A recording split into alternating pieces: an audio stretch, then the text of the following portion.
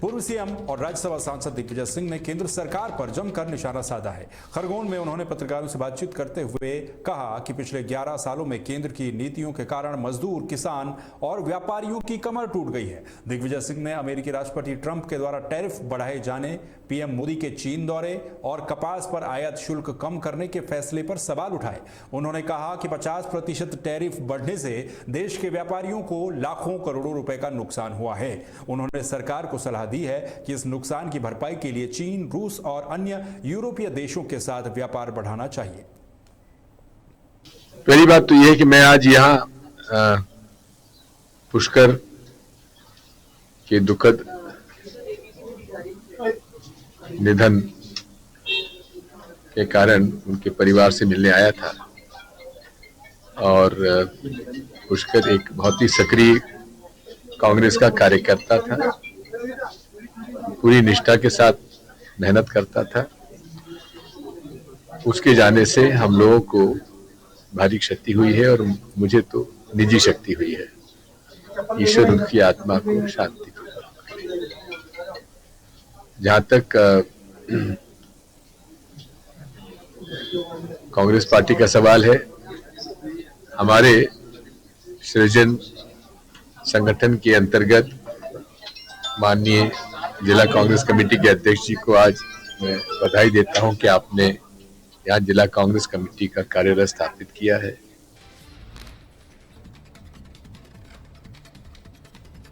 BJP के प्रदेश महामंत्री और दक्षिण पश्चिम विधानसभा के विधायक भगवान दास सबनानी का जन्मदिन मानस भवन श्यामशाला हिल्स में धूमधाम के साथ मनाया गया। नवप्रयास सांस्कृतिक एवं सामाजिक विकास समिति ने इस कार्यक्रम का आयोजन किया। इस मौके पर सीएम डॉक्टर मोहन यादव खुद मानस भवन पहुंचे और विधायक सबनानी को जन्मदिन की बधाई दी। सीएम ने कहा कि वो विद्यार्थी परिषद के दिनों से उनके साथी रहे हैं और अपने सरल स्वभाव के कारण वे सभी के बीच काफी लोकप्रिय हैं। वहीं विधायक ने सभी का आभार व्यक्त किया और कहा कि जन्मदिन के मौके पर उन्होंने स्वदेशी वस्तुओं का उपयोग करने और पौधरोपण करने का संकल्प लिया है।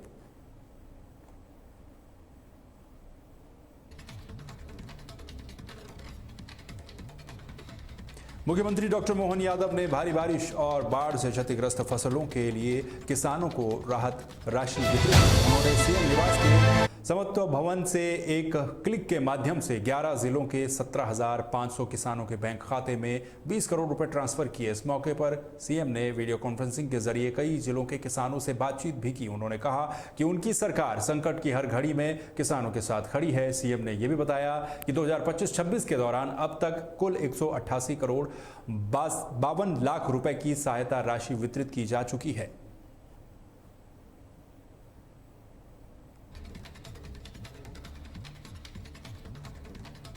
छत्तीसगढ़ के बस्तर जिले में जगदलपुर पुलिस ने मादक पदार्थों की तस्करी के खिलाफ बड़ी कार्रवाई की है, जिसमें एक आरोपी को गिरफ्तार किया गया है। वहीं तस्कर के कब्जे से 7 किलोग्राम गांजा बरामद किया गया है, जिसकी कीमत करीब 70,000 रुपए बताई जा रही है। जानकारी के मुताबिक आरोपी इस गांजे को ओडिशा राज्य के मध्य प्रदेश के उमरिया जिले में ले जा रहा था। यह कार्रवाई जगदलपुर के थाना नगरनार क्षेत्र में की गई है।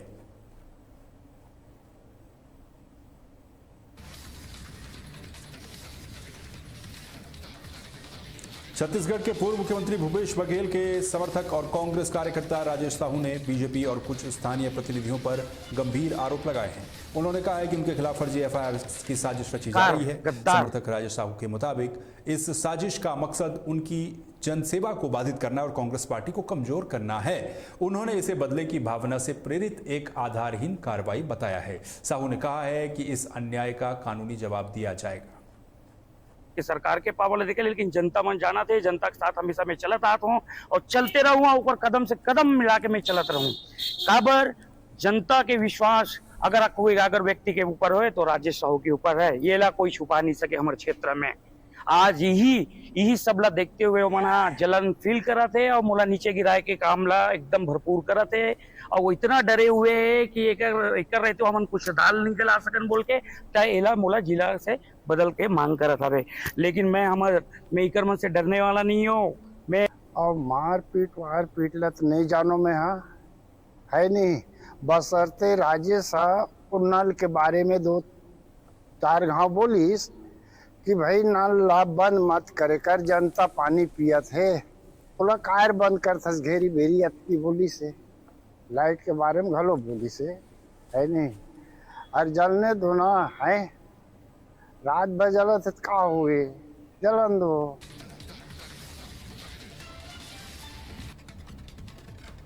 चेन्नई में आयोजित प्रतिष्ठित space kids India young scientist India 2025 कार्यक्रम में छत्तीसगढ़ के विद्यार्थियों ने अपनी वैज्ञानिक प्रतिभा का प्रदर्शन किया।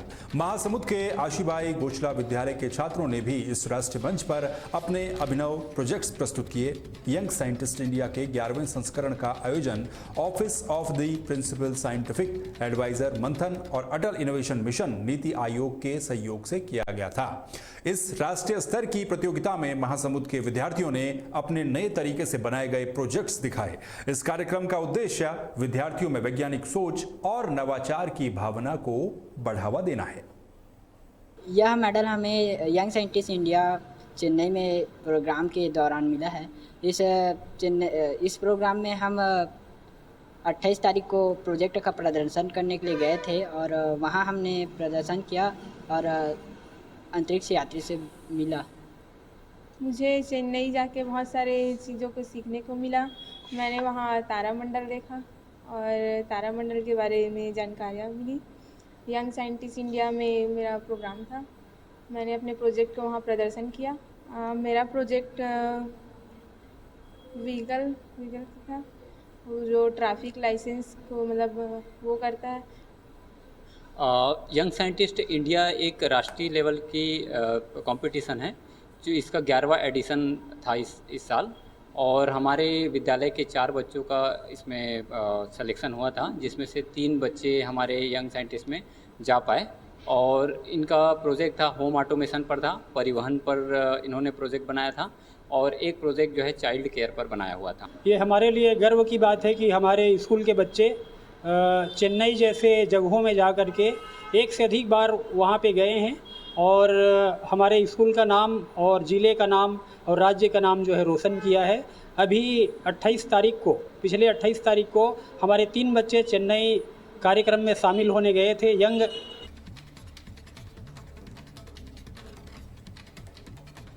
जून 2024 को कलेक्ट्रेट और पुलिस अधीक्षक कार्यालय में हुई हिंसा और आगजनी मामले में बड़ी कार्रवाई की गई है। इस मामले में बाल न्यायालय ने पहली बार सुनवाई करते हुए 3 नाबालिगों को दोषी पाया है। अदालत में पेशी के दौरान इन नाबालिगों ने अपना अपराध स्वीकार कर लिया था। न्यायाधीश ने उन्हें दोषी मानते हुए सजा सुनाई। हालांकि उनकी उम्र और अपराध स्वीकार करने को देखते हुए उन्हें चेतावनी देकर और माफीनामा लिखवाकर रिहा कर दिया गया। आपको बता दें कि बलौदा बाजार हिंसा प्रकरण में अब तक कुल 194 आरोपियों को गिरफ्तार किया जा चुका है।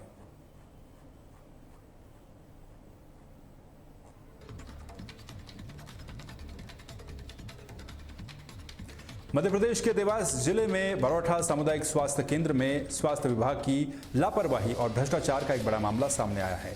यहां के सरकारी medical officer doctor Ashwini Vishwakarma पर 500 रुपए में फर्जी मेडिकल सर्टिफिकेट बनाने का आरोप लगा है। इस मामले से जुड़ा एक वीडियो और फर्जी दस्तावेज भी सोशल मीडिया पर तेजी के साथ वायरल हो रहा है।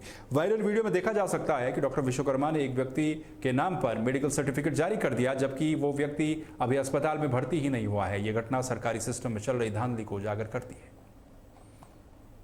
इस वक्त मैं मौजूद हूँ देवास के जिला चिकित्सालय में, चूँकि मामला चिकित्सालय से जुड़ा हुआ है और यह मामला है रोगी कल्याण समिति सामुदायिक स्वास्थ्य केंद्र बरोठा का, जहां पर चंद रुपयों को लेकर एक जाली मेडिकल सर्टिफिकेट बनाकर दिया गया है।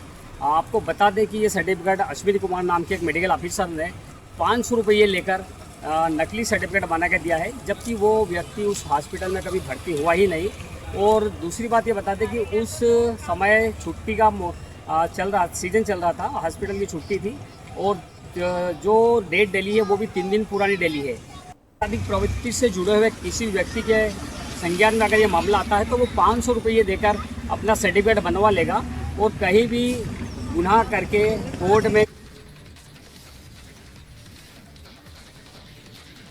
मध्य प्रदेश के रतलाम जिले में इलाज के नाम पर धर्मांतरण कराए जाने का एक गंभीर मामला सामने आया है। हिंदू संगठन के कार्यकर्ताओं की शिकायत पर पुलिस ने यहां से 4 लोगों को हिरासत में ले लिया है। इस दौरान प्रार्थना करवाने वाला मुख्य आरोपी डॉक्टर विक्रम मौके से फरार हो गया, जबकि पुलिस हिरासत में लिए गए 4 लोगों से लगातार पूछताछ की जा रही है। कार्यकर्ताओं का कहना है कि इस इलाके में लंबे समय से धर्मांतरण का खेल चल रहा है। रतलाम जिले के आदिवासी अंचल के साथ साथ दूसरे जिलों में भी बड़ी संख्या में लोगों से यहां पर लाकर के प्रार्थनाएं करवाई जाती हैं। फिलहाल औद्योगिक थाना पुलिस इस पूरे मामले की जांच कर रही है। औद्योगिक क्षेत्र रतलाम में जो है एक शिकायत की गई, जिसमें जो है पुलिस के द्वारा जो है जांच की जा रही है। पुलिस जो है इसमें जांच कर रही है, जल्दी निर्णय से अवगत करा दिया जाएगा। कितने लोग राउंड अप किया? देखिए, पूछताछ के लिए हम लोग कुछ लोगों से पूछताछ कर रहे हैं, जिसमें पूछताछ जारी है, जो है शिकायत पर जांच की जा रही है।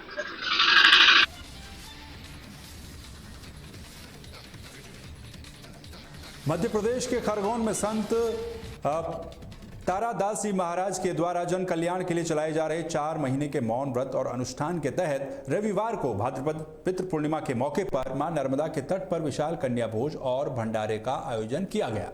इस कार्यक्रम में महाराष्ट्र, गुजरात, राजस्थान सहित कई राज्यों से बड़ी संख्या में श्रद्धालु पहुंचे। सुबह से ही नर्मदा तट पर स्थित आश्रम परिसर में भक्तों की भारी भीड़ उमड़ी रही।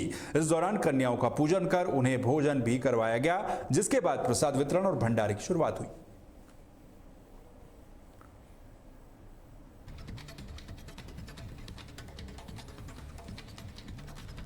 वहीं मध्य प्रदेश के दतिया जिले के निचरौली गांव में एक महिला के अंतिम संस्कार के दौरान की एक तस्वीर सामने आई है। शमशान घाट पर टीन शेड न होने के कारण ग्रामीणों को तेज बारिश के बीच त्रिपाल लगाकर महिला का अंतिम संस्कार करना पड़ा। शमशान घाट पर न कोई टीन शेड है और न ही कोई व्यवस्था है। इसके साथ ही विधि विधान के साथ यहां पर अंतिम संस्कार किया जाता है। वहीं सरपंच गौरव यादव ने बताया कि शमशान घाट पर लगा पुराना टीन शेड कुछ दिन पहले तेज हवा में उड़ गया था।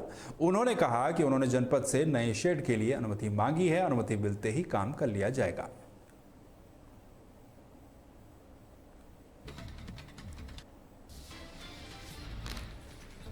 मध्य प्रदेश के उज्जैन जिले में शिप्रा नदी से पुलिस की वर्दी में एक शव बरामद हुआ। शव की पहचान उन्हेल थाना प्रभारी अशोक शर्मा, एसआई मदन लाल और कांस्टेबल आरती पाल के रूप में हुई है। ये तीनों पुलिसकर्मी उज्जैन से नागदा की ओर जा रहे थे। जानकारी के मुताबिक तीनों पुलिसकर्मी गांव से लापता हुई एक महिला के मामले में जांच के लिए जा रहे थे। घटना की सूचना मिलते ही एसडीआरएफ, एनडीआरएफ, होमगार्ड की टीमें मौके पर पहुंची और राहत बचाव काम किया गया।